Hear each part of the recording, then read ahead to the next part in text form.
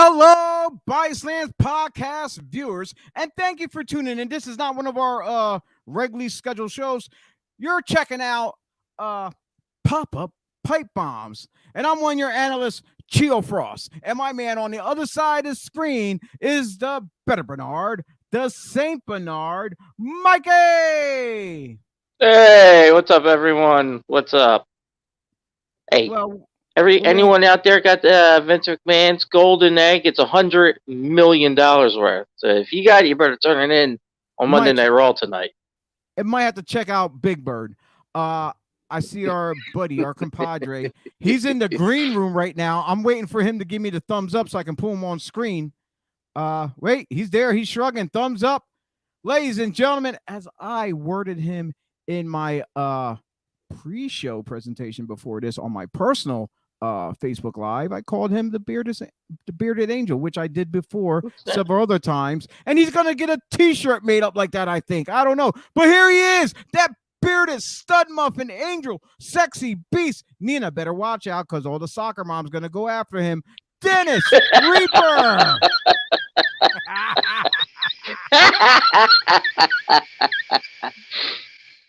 That'll get me in trouble. Yes, I know. I value my life. I'm looking for some stiff-ass chops. Well, that's not Dennis? No. Dennis, you didn't take that egg, did you? You were there. Listen, I was there, right? Wait, hold on. I have to say. Dennis, before you finish speaking, I have to bring your accomplice in the room. I know you got an accomplice, and you know, because we all know, because he's kind of shady like that. You know how these Italians are, you know. and he's whoa.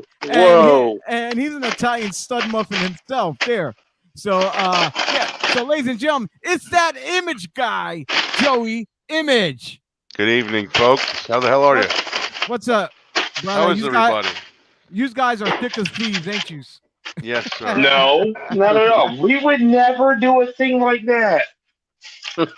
I just do what he tells me. I don't know. See? God damn. We're following the script. We're following the script. No, right? There's no script tonight here.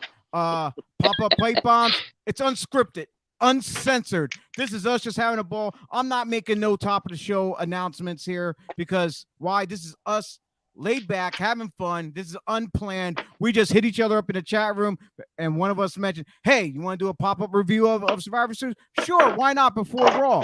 Hey, so everyone can, after they hear this, they can sit back, relax, and enjoy the fallout on Monday Night Raw." Absolutely. And we hear Dennis just clacking away over there. He's trying to make us dinner. He's gonna ship us. What's going on over I'm there? making taco dip. You got tacos and didn't invite us. No. I don't have tacos. I have to make it from scratch. But you got the It word doesn't taco involve $100 million egg, does it? Yes. Listen, this is way better than. Listen, this is way better than some bullshit. No offense. Dumbass egg story. like I'm gonna say this. I was sitting in the nosebleeds, right? People were so pissed off, right? Yes, we see the seats. Dude, they really weren't bad seats. The only downfall is the two goddamn bright spotlights are back again. Which is the worst thing ever when you go to a WWE event and you sit up there. Those lights are deafening. But everybody where I was sitting was making fun of the whole fact that they didn't show us the pre-show inside the venue. What? The that was outside, wasn't it? The pre-show was outside, but they didn't have it on the screens. You couldn't hear any of it. Ah, gotcha. So you had to watch it. That was one downfall. The other downfall is the Barclays Center. You know, if you're at the Wells Fargo Center when the show's going on, they put it on the screen when they're around the venue. Mm-hmm. In the concession stands. Barclays Center said "F you." Nothing. They were showing the Brooklyn Nets. Their commercials. So like you didn't see anything. It was, dude. I will say this: the Barclays Center is the worst organization of a stadium I've ever been in for a wrestling event. It is the biggest crapshoot in the world. I'm sorry if there's Brooklyn fans that watch this, but your staff and your stadium sucks. Well, what are we gonna say? You know, it's New York, so it's because all their teams suck, especially those Yankees. Listen, Madison And Square those Garden is way Giants. better than that. Hell with that. I'm going back to the Spectrum. Yes, please. Can we please have it back? The Spectrum and the Vet.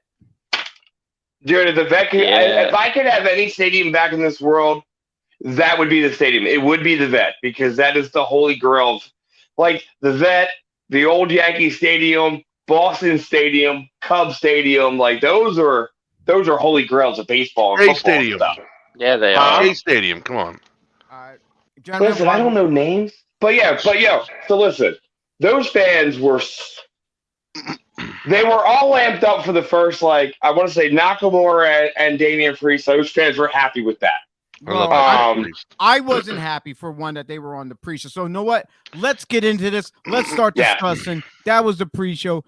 U.S. champ Damian Priest taking on Intercontinental champion Shinsuke Nakamura. Gentlemen, Which should have been on the main card instead of the pre-show. Yep. Yeah, It that should have battle royal absolutely should have been on the main show. The battle royal should have been on the pre-show. And they screwed up on the Battle Royal, but we'll talk about that later. But let me just say that was definitely a hard hitting match. It called that. But It then, was. What, Nakamura and Priest, you mean? Yes, they laid those, like, Oh yeah. there was a forearm that Nakamura threw, and I've seen Damian. I've been on shows with Damian. His eyes rolled the hell back in the back of his head. I love that guy. I met him at the. I met him a bunch of times at Monster Factory. Real good dude. He's such a good Now dude. that is the kind of show, Dennis, that you were saying that Rick Books. That's the kind of venue you do, a show that you do that big entrance, song. I don't know. Not I don't think it was very good last night. I think it was very bad. That there for those kind of Shinsuke entrances, you guys save it for the Mecca, which is MSG, not no Barclays Center. That the Barclay, whatever it's called. I don't know. I don't care. But that's who more. Cares? It's a crapshoot, like Dennis said. That's more of a NXT building, if anything. Yeah. No. Let me say this. Barclays Center is a gorgeous arena. Yeah. They literally have the most amazing $2 billion stadium. Yep. But WWE's paying to be there. So WWE should have had all the TVs in there of the pay-per-view on. Yeah. Mm-hmm. They should have showed the pre-show. So they literally let the fans in at 6, and the pre-show was all set up, but they didn't come out there until the fans were inside. So we all missed out on it. We wanted to use our cell phones, but the phone services were bad. Were you in the arena for the pre-show? I was. So how many people were chanting AEW? Because there's a big discussion about this online that it was the whole place. It was thousands of people. No. And then somebody showed a clip of it. And first of all, it sounded like legitimately like 3 or 4 guys. And second, listen, it was it only sounded as loud as it did because they were right in front of the camera and they were right in front of the microphones. Obviously, it's going to get picked up. But people online were like, there was thousands of people. And first of all, Vince McMahon got their money anyway, so whatever. It wasn't thousands of people. Maybe a couple hundred. That many? Oh my god, it didn't sound like that at all. In the stadium, inside the arena, it sounded like a lot. Right. The loudest chant there was CM Punk. The CM Punk chant that hit, but it died out in less than 5 seconds. Like, I literally yelled out loud, "He's at the wrong promotion." Someone started chanting. I didn't even hear the CM Punk chants. I saw someone talking about that. Yeah, it wasn't like it was a lot. It really was a real quick. It went up and then died. No one really got behind it. What other chants got chanted? Adam Cole, and no one cared. That again, there was chants, but no one really got behind it. The fans were very stale. And that's kind of shocking. If it was Philly, all day long, the whole entire arena would have erupted with the CM Punk chants and the Adam Cole. But that there's kind of odd to me though, for it being a New York crowd. Well, but then also you have people coming from afar too for this. Yeah. But in history shows that New York and Philly crowds take pro wrestling to heart, and you would think they would be on top of it even harder with the chants. I think it was just, again, one, they started off the people were tired by 11 o'clock, okay? That was their downfall. That was another downfall. So, Joey, are you playing with your camera? No, there's some feature called auto frame where it follows your face around. Yeah, I was gonna say it's motion. Yes, I've never played with it's on it. I'm sorry, Dennis. I leaned over to I like had to move the phone.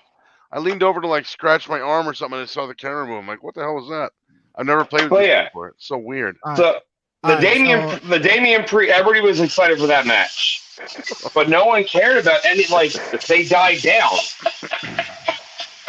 Like I really hate the fact that I'm like, it was kind of cool what they did with Rick with the guitar, annoying Priest, and then he snapped on his ass. I'll you know what? Because there's a fight by Pop on. I fucking love that ending. Fucking loved it. People were pissed off that it happened and Priest lost that way, but I digged it all the way through because I wasn't expecting it. I was not expecting him to lay Nakamura out with it. Yeah, as soon as I seen that looking, I was like, oh, he snapped.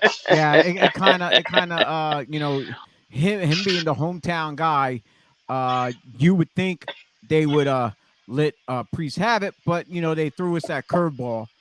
Not giving the fans what they kind of want.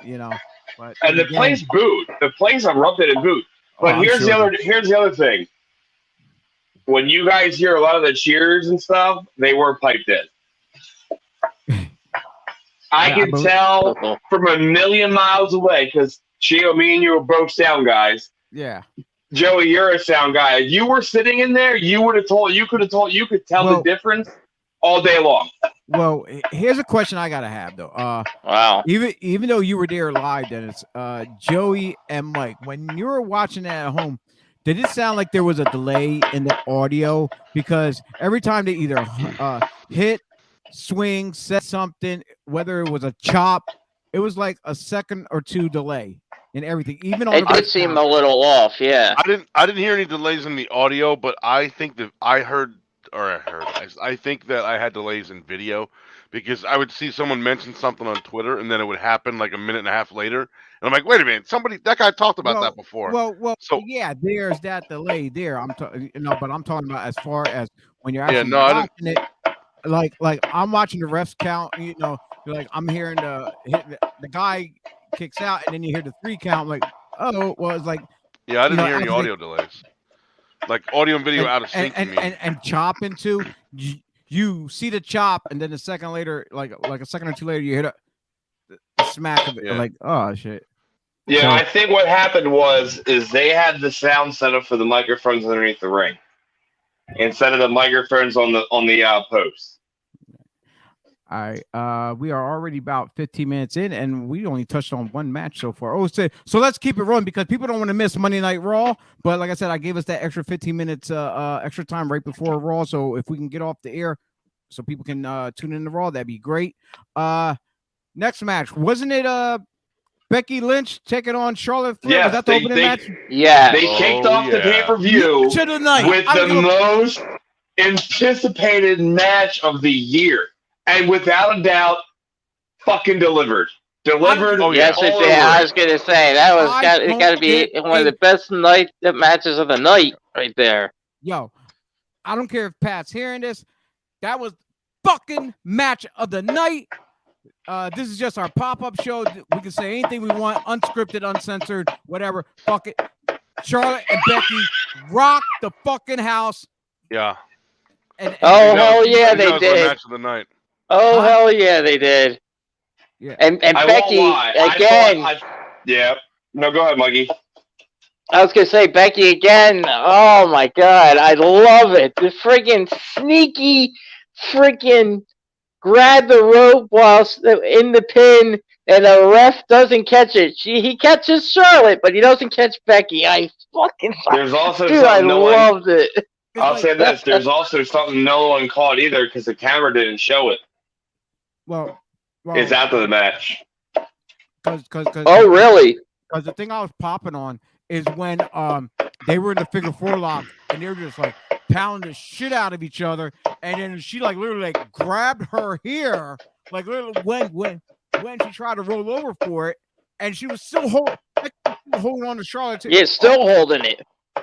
Yo, this was so dude. It had me marking out. I was so invested in this fucking match. I swear to God. So was I. Listen, I was invested for as soon as the bell hit and they went swinging for the fences. Like when I say it's looked like a shoot from in my seats, and the Tron, it looked like a legit shoot.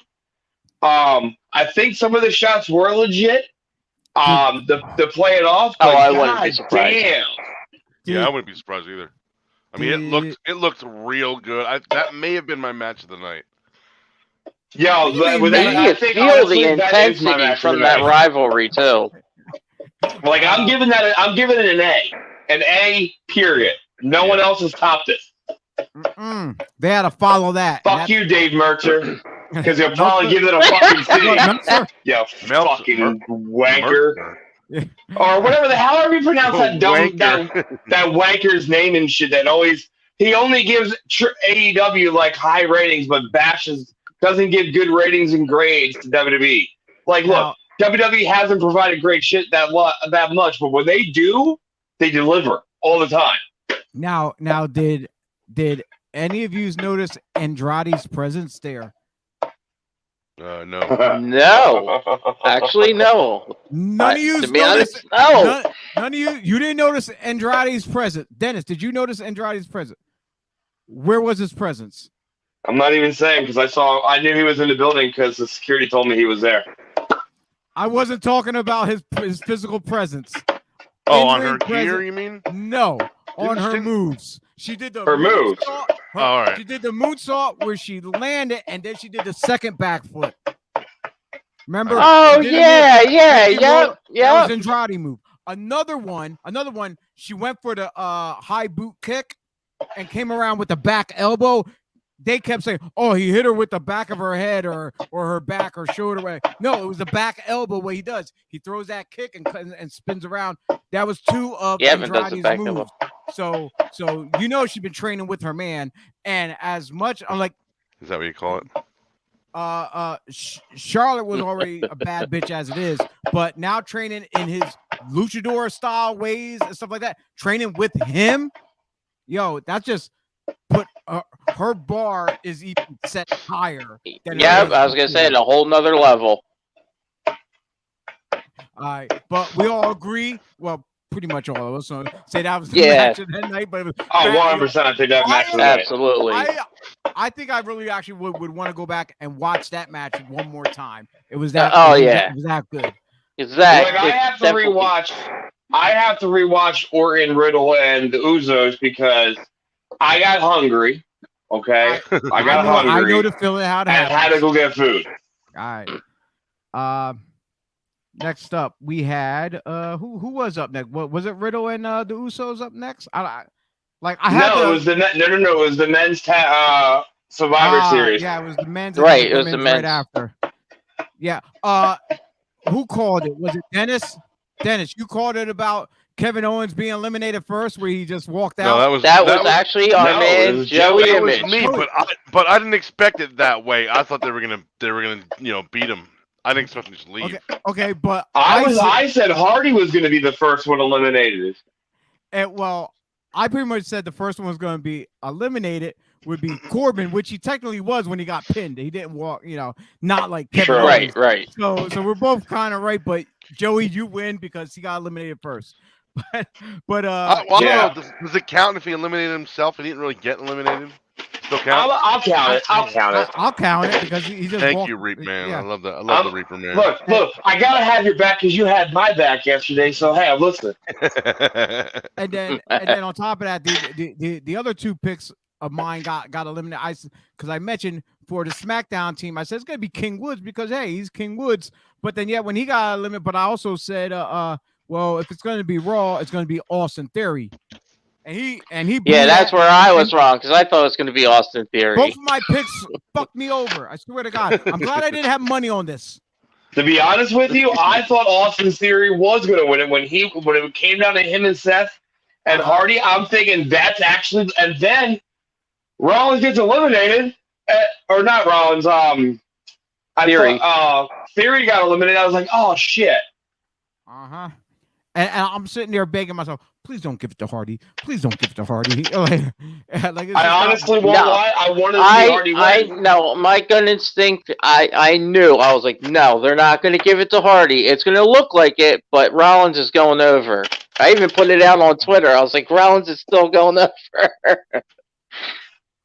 I'm not mad that they gave it. Like, Raw dominated all night. Like, they won every match besides the main event. Yeah. Mm-hmm. I only got one goddamn match wrong, by the way. Congratulations. I'm very thrilled with that one because the following pay-per-view I did shitty and had really bad picks. So I'm not mad, but I don't like it how I don't want to be an armchair booker. I'm not happy with the booking of the entire night though. No. You can't dominate an entire product because they're doing better in ratings on you, because that's exactly what they did. Exactly. Like, I'm sorry. You got to build it up where every team wins and it goes into that main event, because the main event's the biggest match of the night. Yep. But, again, I'm not going to say that they can't book it that way. I get why they booked it. Now, me, I'm a damn old school guy. I wish they would go back to the classic Survivor Series setup where you can remove the word school. Okay. I am a Jurassic type of guy. I wish they did every match the 5-on-5 like you were saying, like they used to. Either 4 or 5, whichever. And then had that Survivors match at the end of the night. And I wish that was the coolest year. And I wish they put it back on Thanksgiving. Yep. When it's yeah. Or, I'd be okay with the night before again. They did Thanksgiving Eve for a little while. I was okay with that too. Yeah. The only thing is about that year where they had all the survivors work at the end. I didn't know what the hell babyface and heel was back then. I was like 8 or 9 years old when that happened. So I was like, wait a minute, how do they figure out who's on whose team? Well, now I know, but back then I'm like, I don't understand. Yeah, because the one I remember it was Tito Santana and Hogan or something. Hogan Warrior and Santana. It was such a weird combo against who was it? Was it Ted DiBiase's team or some shit like that? Or I don't even wasn't it them and an entire team like Martel's team or something like that? Yeah, it was. Yeah. All right, and speaking of teams, let's jump right back into the to this Survivor Series mayhem where we had the women's, which the women's. She's plugging my phone in and started to die, so I have my own personal production assistant here. There you go. You almost call her equipment. Yeah, I really did almost call her equipment. She's your equipment. Oh my god! Hey Dennis, what are you doing tonight? I'm gonna go home and play with my equipment. You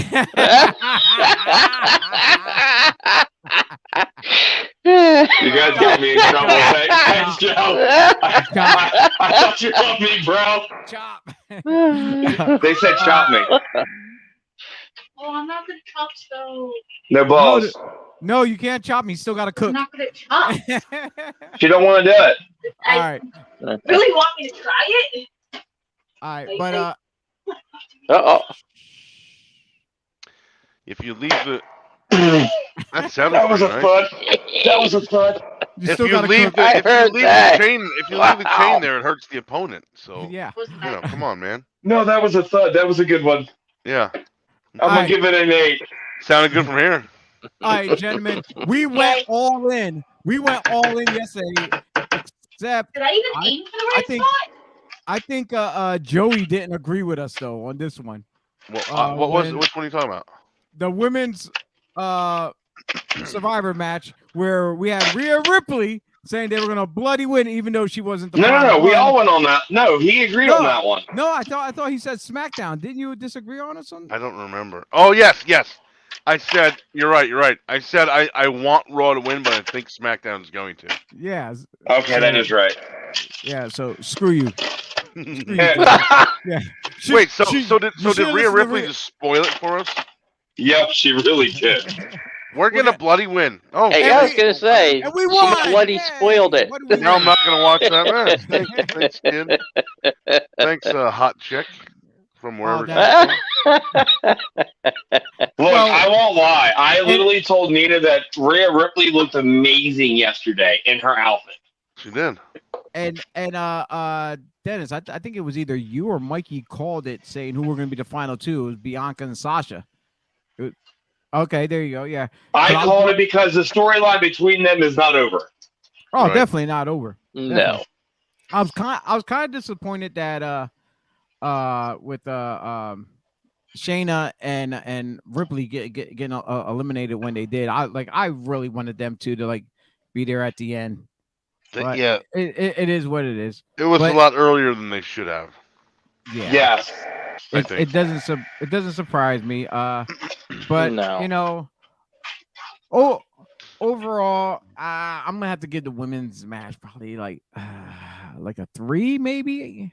I Out don't of want to what? say out of 5.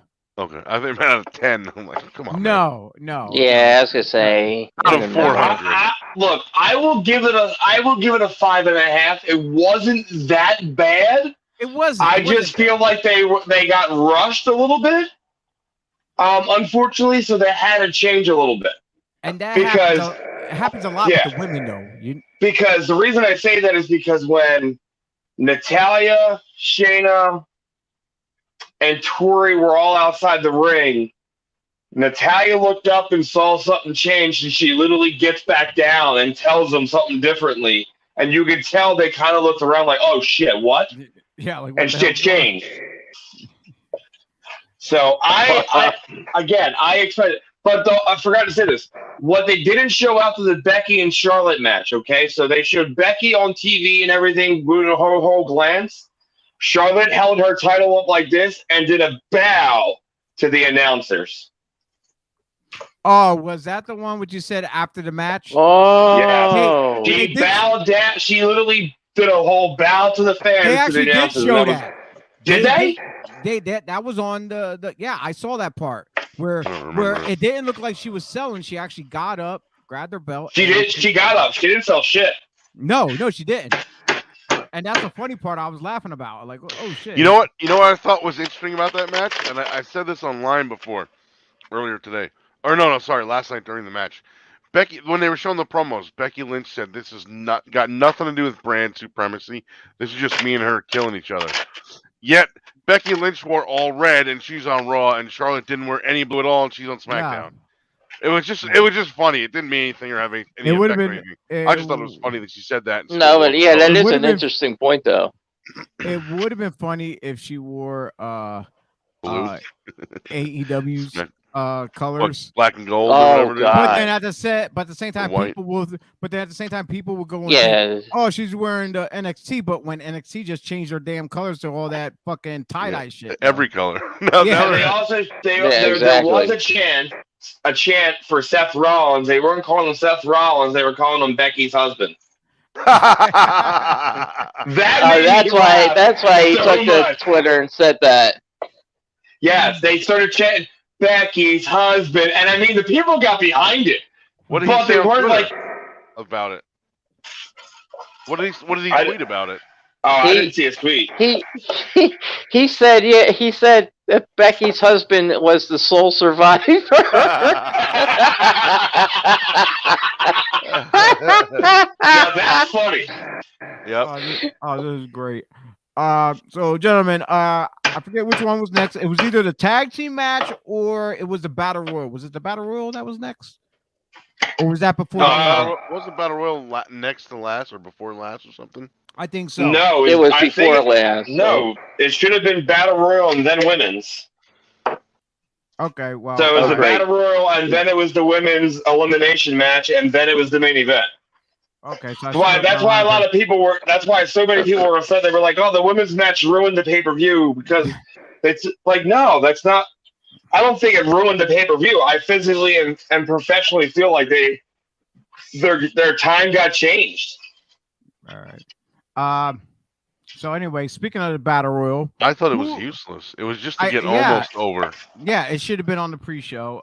Which means he's gonna be like he's gonna win the Royal Rumble now or something. And like, no, he'll win the Andre the Giant Battle Royal. That's right. Yep. Yeah. I was thinking either him or that other dude. Was it Shanky? Was his name the Indian guy?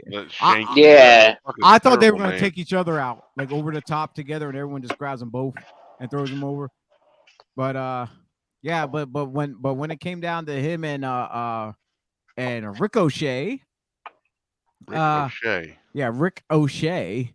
Yeah, I was so hoping Ricochet was gonna win. Yeah. I was actually hoping that too as well. By some. Yeah, same here. I was hoping, but I had that bad feeling of. He's like, I had that wrestler's feeling that they weren't doing it. But again, it wasn't a bad battle royal. But I hate how they do it, where they go, here's 85% of the guys that are in it, and then when they come back, they go, and your first entrance. It's like, first off, there's like 20 guys in the ring, man. You're way past the 25 mark. That's not the first guy. That's the first actual entrance, which was Sami Zayn. Yeah. But again, that's just me. I could be wrong. I would have been cool if Sammy won it. That was my pick. Yeah, when we talked yesterday, my pick was Sami Zayn. I think I. I didn't pick anybody. I didn't pick anybody for that match because I thought it was a pre-show match, and I was like, shit. Yeah, that's why I didn't pick anybody. I was like, yeah, well, this all right. The hell with their battle royal, but we're wrong. The hell with Omos too. Almost, whatever. Almost. Yeah. He almost got over. Can we talk about that main event, please? Not yet. One more before the main event. We're going to talk about. We're going to talk about that tag team. The Usos. The Usos taking on RKO, which our new friend. Thank you, Dennis. With our new friend John Cone said he's going to go with Team Raw because it's in his blood.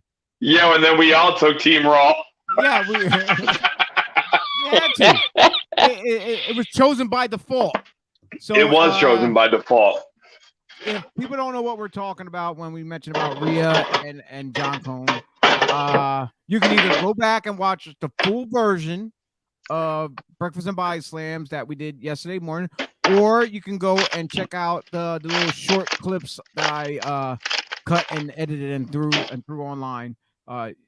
Your choice. The choice is yours. But, courtesy of Dennis Brandow. I mean, Dennis Reaver. Go on there and watch it. I'm Dennis Brandow, damn it. Yeah, don't worry, Joey. They're out there. They're on the Facebook page as well. They're on the Facebook. They're on the Instagram. Well, the small clips. I did not put the small clips on YouTube. They're just on the other socials. Yeah. But yeah, that there was a hell of a match. I love watching Riddle all the time. Because why? Because he's out there flying around with no knee pads on, no boots on, no doing shoes. all this crazy shit barefoot. And it's like, okay, this kid can go. Yes, he can. But at the same time, I'm a little surprised that the Usos didn't go over though. But like you said, earlier that Vince wants his flagship to go over pretty much the whole night, and that's what happened when we look at this. Yeah, I was very surprised the Usos didn't win, and I get it. He wanted his flagship, but that you're pushing a big storyline on SmackDown. That's the team you don't lose. Mm-hmm. You put over. Right. That's why I thought for sure the Usos were going to win because of that. That's why I still went with Raw because John Cone said so. Yeah, because he said so. All right, so we all won that pick, and we all were disappointed that the Usos didn't go over as well. So it was a win-loss situation for us. And It really was. And speaking of a win-loss situation, I gotta ask Dennis, since you were there live, how disappointed and sad were the fans with the main event? Because I knew a lot of them were behind Big E and the New Day thing going on, and a lot of them were behind Roman and the Bloodline. But then also the big thing of not seeing Brock Lesnar showing up and not even seeing an appearance by The Rock himself. But then again, his Netflix and his movie was pretty much sponsoring the whole damn pay-per-view anyway. So that's why they kept plugging it all night long. Yeah, you know what? It's interesting to. It was interesting that they plugged a Netflix exclusive movie on Peacock. Well, Yeah. it wasn't only that. It was also Rock's 25th year anniversary. Yeah. Not just that. Who was one of the main producers or writers of the movie? I have no idea. The Rock. Oh, of course. Well, there you go. That's why Peacock said, okay. Yeah. Because you know why? The 25th anniversary, it's the goddamn Rock. And if you keep teasing this goddamn movie and talk about this golden egg, apparently people are like, oh my God, you know what? We're going to tune in because maybe The Rock will show up. And guess what? This is what Vince said. Yeah, but I got your goddamn money. You paid to watch it now. It's on them. It's not on the WWE, I don't think, because they never said he was going to be there. They never confirmed nothing. Well, no. You know what I mean?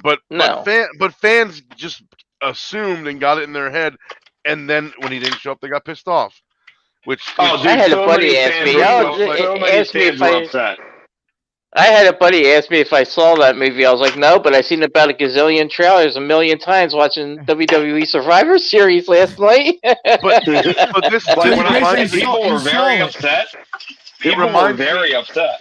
It reminds me of a couple years ago when CM Punk did the StarCast convention and said, I'm not going to be on the pay-per-view tomorrow, which I think was All In or All Out, whatever the hell it was.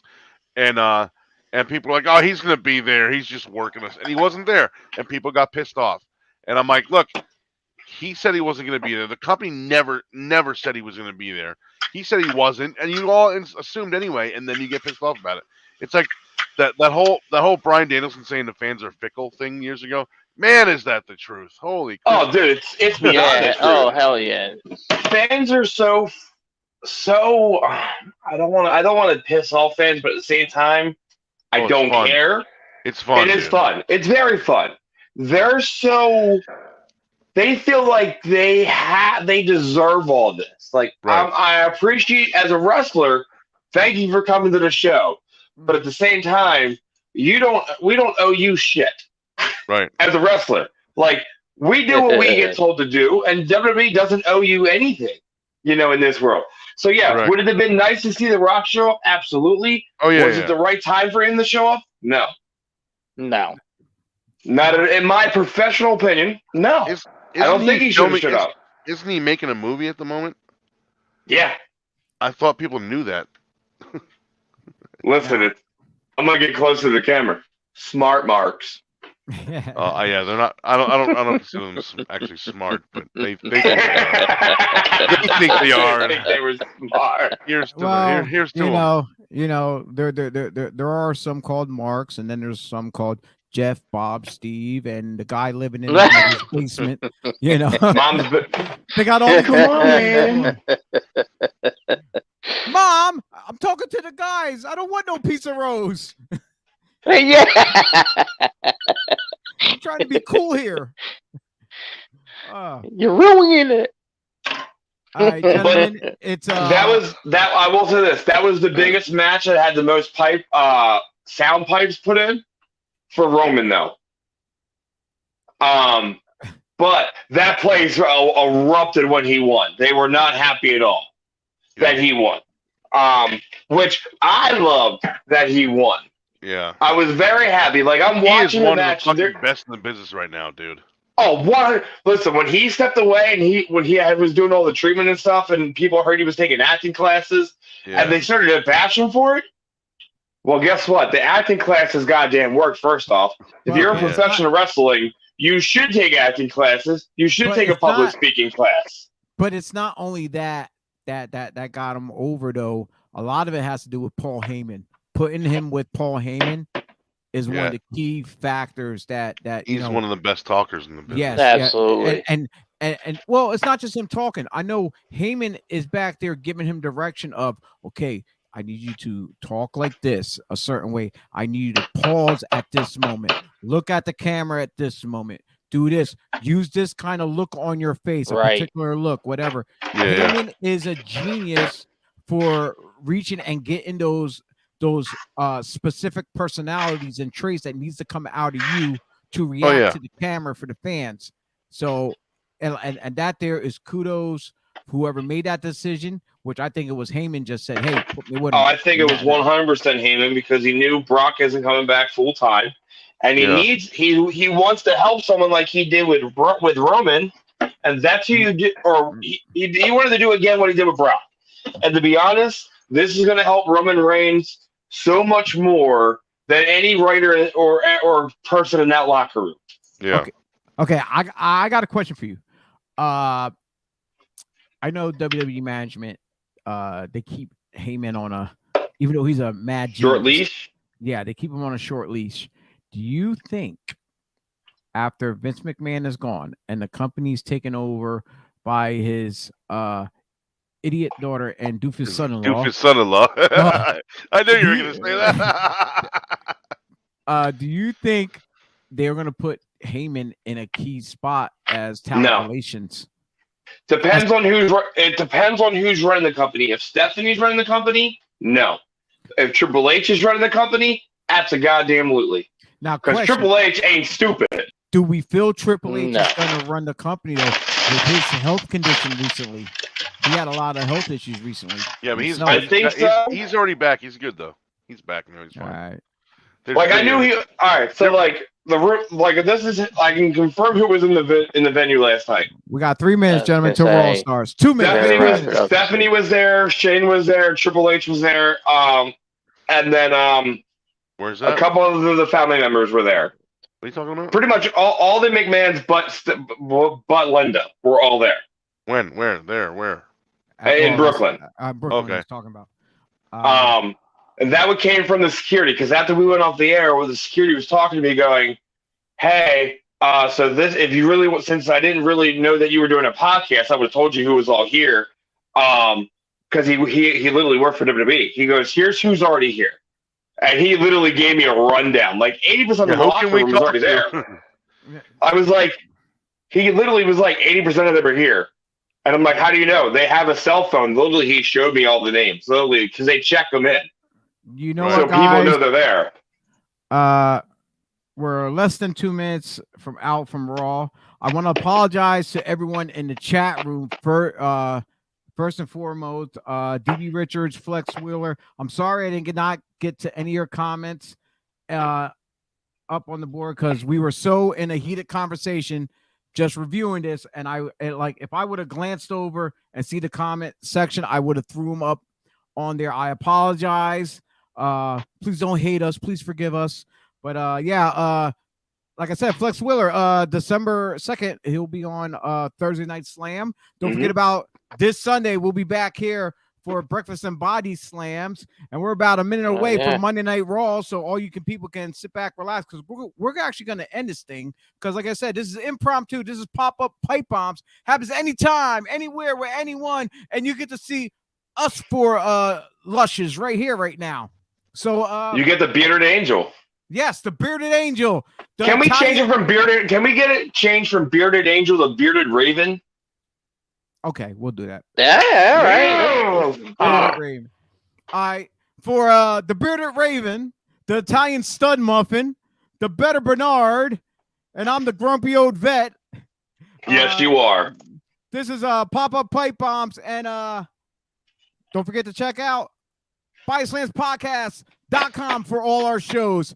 And please enjoy Monday Night Raw. Peace out. Peace.